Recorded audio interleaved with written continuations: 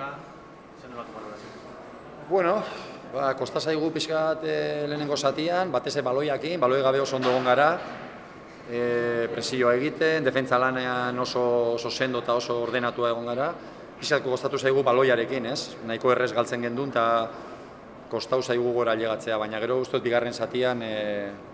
batez ere gero ja azkenengo ordu erdian edo oso gustora egon galera zelaian, gola sartu dugu eta momenturik onenean, ondoen geundenean eta bigarren gola sartzeko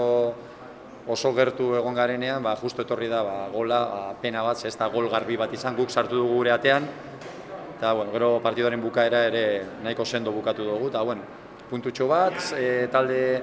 zelai oso zail batean inok ez duena irabazi eta gertu egon gara irabaztetik, ez pena, ez gaude posik bai egindako lanarekin, baina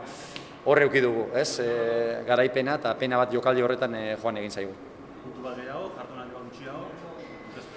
Bai, egia da kostatzen zaigula, azkenengo jardunalditan irabaztea, berdinketa asko, baina uste talde ondo dagoela. Lehiakor,